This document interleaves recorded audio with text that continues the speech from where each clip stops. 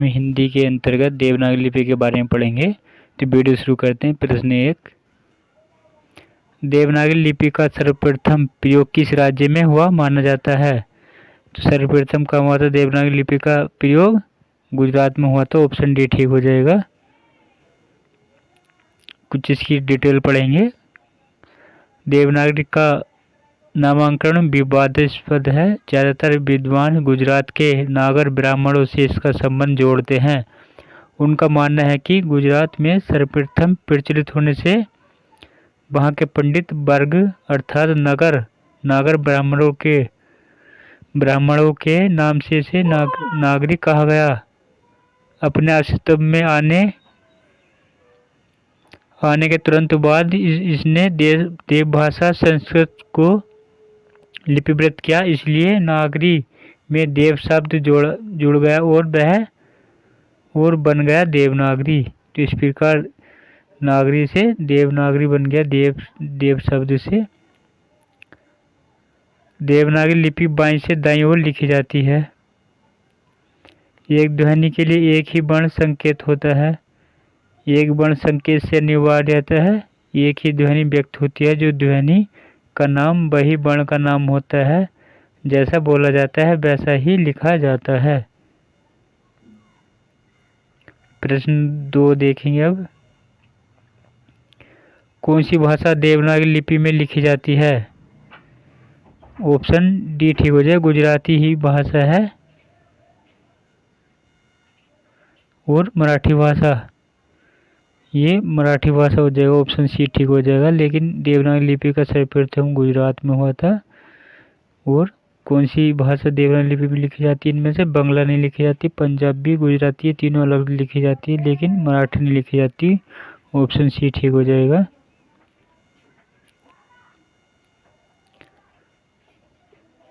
अब इसकी डिटेल पढ़ेंगे पूरी। देवनागरी एक लिपि है जिसका विकास ब्राह्मी लिपि से हुआ है।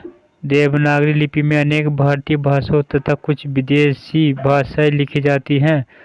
संस्कृत, पाली, हिंदी, मराठी, कोंकणी, सिंधी, कश्मीरी, नेपाली, तामंड भाषा, गढ़वाली, बोडो, अंगिका, मगही, भोजपुरी, मैथिली, संथाली आदि भाषाएं देवनागरी में ही लिखी जाती हैं। अन्य महत्वपूर्ण तथ्य। कुछ स्थितियों में गुजराती, पंजाबी, बिष्णुपुरिया, मणिपुरी, रोमानी और उर्दू भाषाएं भी देवनागरी लिपि में लिखी जाती हैं। प्रश्न 3, किस लिपि से देवनागरी लिपि का विकास माना जाता है? ऑप्शन भी ठीक हो जाएगा, ब्राह्मी लिपि से माना जाता है। प्रश्न 4, हिंदी किस लिपि में लिखी जाती है? सी ठीक हो जाएगा, नागरी या देवनागरी लिपि में लिखी जाती है। प्रश्न 5, देवनागरी लिपि में स्वर वर्णों की संख्या है? तो 11 माने जाते हैं। ऑप्शन ए ठीक हो जाएगा। देवनागरी लिपि में स्वरों की संख्या 11 है। ये इस प्रकार है: अ, आ, ई, बड़ी ऊ, बड़ा ऊ, री, ए, ओ, औ। प्रश्न 6, संविधान के किस अनुच्छेद में कहा गया है कि संघीय राजभाषा हिंदी और लिपि देवनागरी होगी? तो ये अनुच्छेद 343 के अंतर्गत कहा गया है। ऑप्शन ए ठीक हो जाएगा।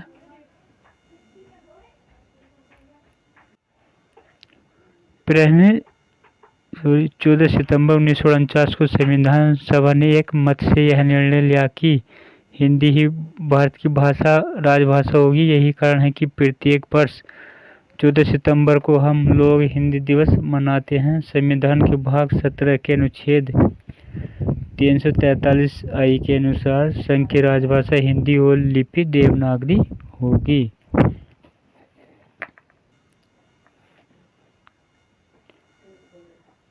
अन्य महत्वपूर्ण तथ्य देखेंगे। अनुच्छेद 344 राष्ट्रपति द्वारा राजभाषा आयोग एवं समिति के गठन से संबंधित है। अनुच्छेद 345, 346, 347 में प्रादेशिक भाषाओं संबंधी प्रावधानों को रखा गया है। अनुच्छेद 343 सेकंड में अनुच्छेद 345, 346, 347 में प्रादेशिक भाषाओं संबंधी प्रावधानों को रखा गया है।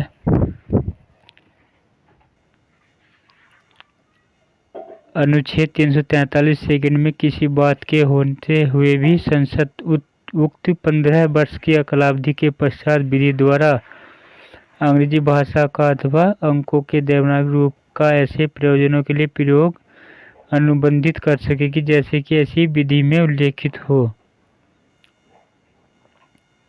प्रश्न 7, भारत में हिंदी को संविधान की किस धारा के अंतर्गत राजभाषा घोषित किया गया है? तो 343 आई में या फर्स्ट बोला जाएगा। 343 फर्स्ट में हिंदी को संविधान की धारा के अंतर्गत राजभाषा घोषित किया गया है। प्रश्न 8, किस तिथि को हिंदी को राजभाषा बनाने का निर्णय लिया गया है? तो ये 14 सितंबर 1949 को राजभाषा घोषित किया गया था हिंदी को। ऑप्शन सी ठीक हो जाएगा। प्रश्न 9, भारत के संविधान में हिंदी को राजभाषा की मान्यता कब प्रदान की गई? ये फिर रिपीट हो गया क्वेश्चन। 14 सितंबर 1949 को हुआ था। भारत की राजभाषा है हिंदी है। ऑप्शन ए ठीक हो जाएगा। प्रश्न 11, हिंदी को राजभाषा के रूप में संवैधानिक मान्यता कब मिली? तो कब मिली थी? 14 सितंबर 1949 को मिली थी। तो ये ऑप्शन इसमें नहीं दे रखा है, आगे देखते हैं। हिंदी को राजभाषा के रूप में संवैधानिक मान्यता 14 सितंबर 1949 को मिली। संविधान के भाग 17 के अनुच्छेद 343 आई में हिंदी को राजभाषा घोषित किया गया है। प्रश्न 12, संविधान के अनुच्छेद 351 में किस विषय का वर्णन है? संघीय राजभाषा का, उच्चतम न्यायालय की भाषा का, पत्राचार की भाषा का या हिंदी भाषा के विकास संबंधी निर्देश का? तो ऑप्शन डी ठीक हो जाएगा। हिंदी भाषा के विकास संबंधी निर्देश का उल्लेख किया गया है 351 में। प्रश्न 13, संविधान के किस अनुच्छेद में वर्णित है कि संघ का यह कर्तव्य होगा कि वह हिंदी भाषा का प्रसार बढ़ाए? तो 351 में कहा गया है। ऑप्शन भी ठीक हो जाएगा।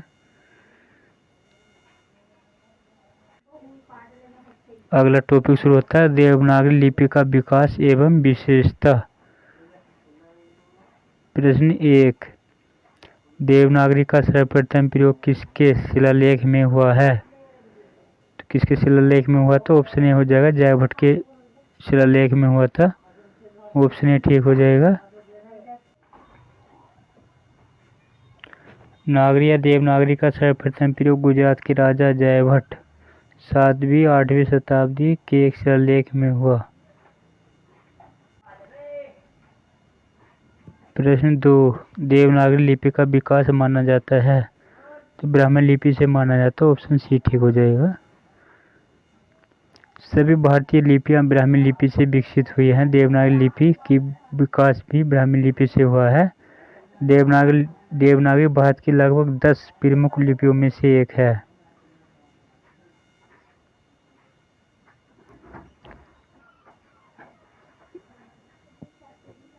अधिकतर लिपियों की तरह देवनागरी बाएं से दाएं की तरफ लिखी जाती है। ये देख लेना आप सब। अंग्रेजी भाषा की लिपि रोमन तथा उर्दू भाषा की लिपि अरबी फारसी होती है। प्रश्न 3, देवनागरी का विकास किस लिपि से हुआ है? ब्राह्मी लिपि से हुआ। ऑप्शन बी ठीक हो जाएगा, देवनागरी लिपि का विकास। प्रश्न 4, देवनागरी लिपि का विकास किससे हुआ है? ब्राह्मी लिपि से हुआ। ऑप्शन बी ठीक हो जाएगा। प्रश्न 5, देवनागरी लिपि का विकास हुआ है। प्रश्न 5, देवनागरी लिपि का विकास हुआ है ब्राह्मी लिपि से हुआ। ऑप्शन डी ठीक हो जाएगा। प्रश्न 6, प्राचीन देवनागरी लिपि का विकास किससे हुआ है? कुटिल लिपि से हुआ है। ऑप्शन ए ठीक हो जाएगा, प्राचीन देवनागरी लिपि का विकास। इसकी डिटेल में पढ़ेंगे क्योंकि हमें विस्तृत पढ़ेंगे तो काफ़ी प्रश्न याद होते हैं, तो इसलिए कुछ हम छोड़ नहीं रहे हैं, तो इसलिए थ्योरी पढ़नी जरूरी है।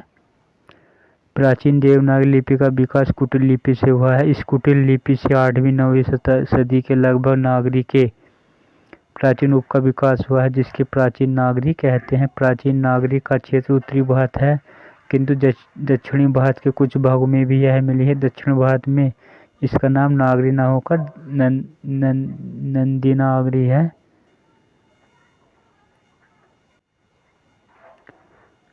प्राचीन नागरी से ही आधुनिक नागरी, गुजराती, महाजनी, राजस्थानी, कैथी, मैथिली, असमिया, बंगला आदि लिपियां विकसित हुई हैं। सर विलियम जोन्स का विकास है कि ब्राह्मी लिपि का विकास सेमेटिक लिपि से हुआ है। सेमेटिक लिपि मोटे रूप से 3 शाखाओं में बांटी जा सकती है, उत्तरी सेमेटिक, दक्षिणी सेमेटिक और फाइनिशियन।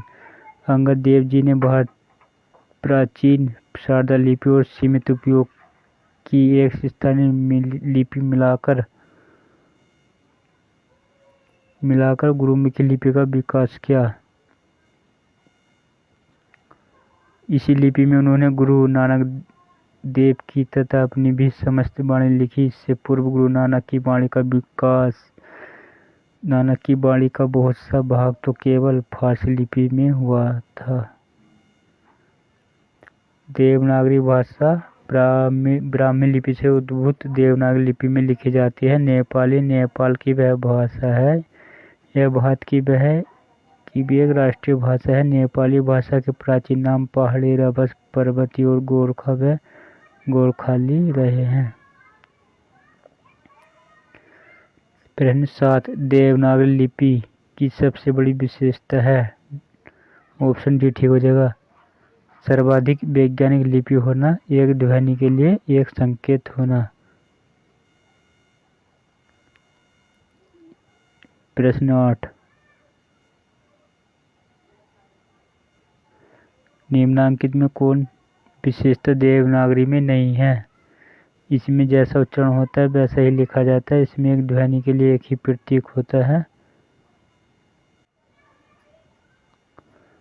इसमें शिरोरेखा का प्रयोग महत्वपूर्ण है। विकास की दृष्टि से यह लिपि ब्राह्मी एवं खरोष्ठी की समकालीन है, तो ऑप्शन डी ठीक हो जाएगा।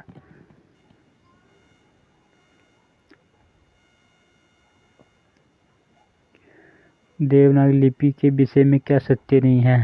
यह दाएं से बाएं लिखी जाती है, गलत हो जाएगा। इसकी उत्पत्ति नागर ब्राह्मणों से मानी जाती है, ठीक है। यह वर्णात्मक लिपि है, इसमें शिरोरेखों का प्रयोग किया जाता है, तो ए और सी जो है दोनों सत्य नहीं है।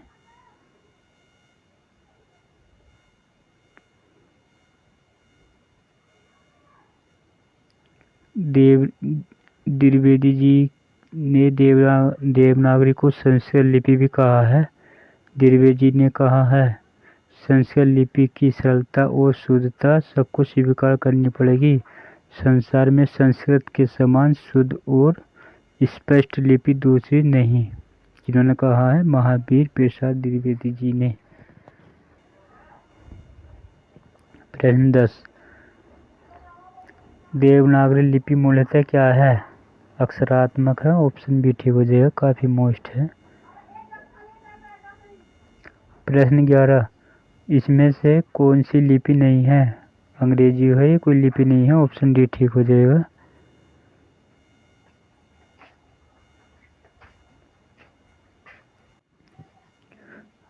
अब हमारा अगला टॉपिक शुरू होता है, लिपि त्रुटियां सुधार के प्रयत्न। प्रश्न 1, उत्तर प्रदेश सरकार द्वारा गठित लिपि सुधार परिषद की 28-29 नवंबर 1953 को हुई बैठक की अध्यक्षता की थी। तो ये तत्कालीन उपराष्ट्रपति डॉक्टर सर्वपल्ली राधाकृष्णन जी ने की थी सबसे पहली बैठक।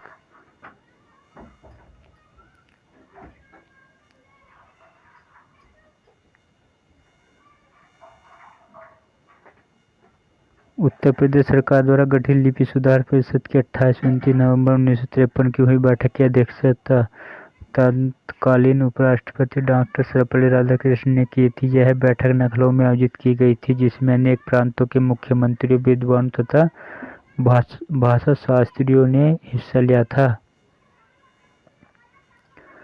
नागरिक विचारणी सभा के अनुरोध पर उत्तर प्रदेश सरकार ने लिपि सुधार परिषद की स्थापना की थी। प्रश्न 2, उत्तर प्रदेश सरकार द्वारा वर्ष 1947 में गठित देवनागरी लिपि सुधार समिति के अध्यक्ष थे आचार्य नरेंद्र देव थे। ऑप्शन सी ठीक हो जाएगा। प्रश्न 3, नागरी लिपि सुधार समिति के संयोजक थे। ऑप्शन ए ठीक हो जाएगा, काका कालेलंकर थे।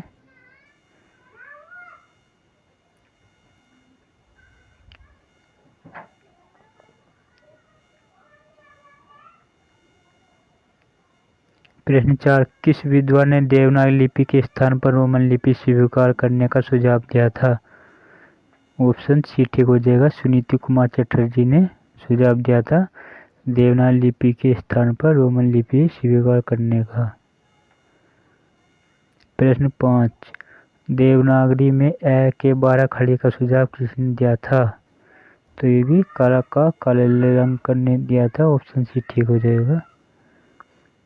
प्रश्न 6, पंजाबी की लिपि है तो गुरुमुखी लिपि है पंजाबी की लिपि। ऑप्शन ए ठीक हो जाएगा। ऑप्शन बी ठीक हो जाएगा।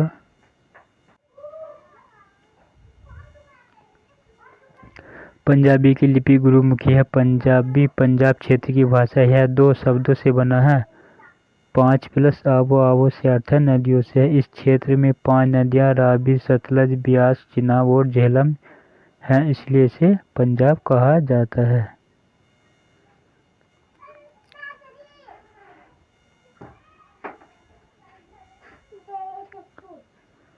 गुरु नानक एवं अन्य गुरुओं तथा संतों की वाणी का संग्रह गुरु ग्रंथ साहब में हुआ है, जो पंजाबी का प्रसिद्ध प्राचीन धार्मिक एवं साहित्यिक ग्रंथ है।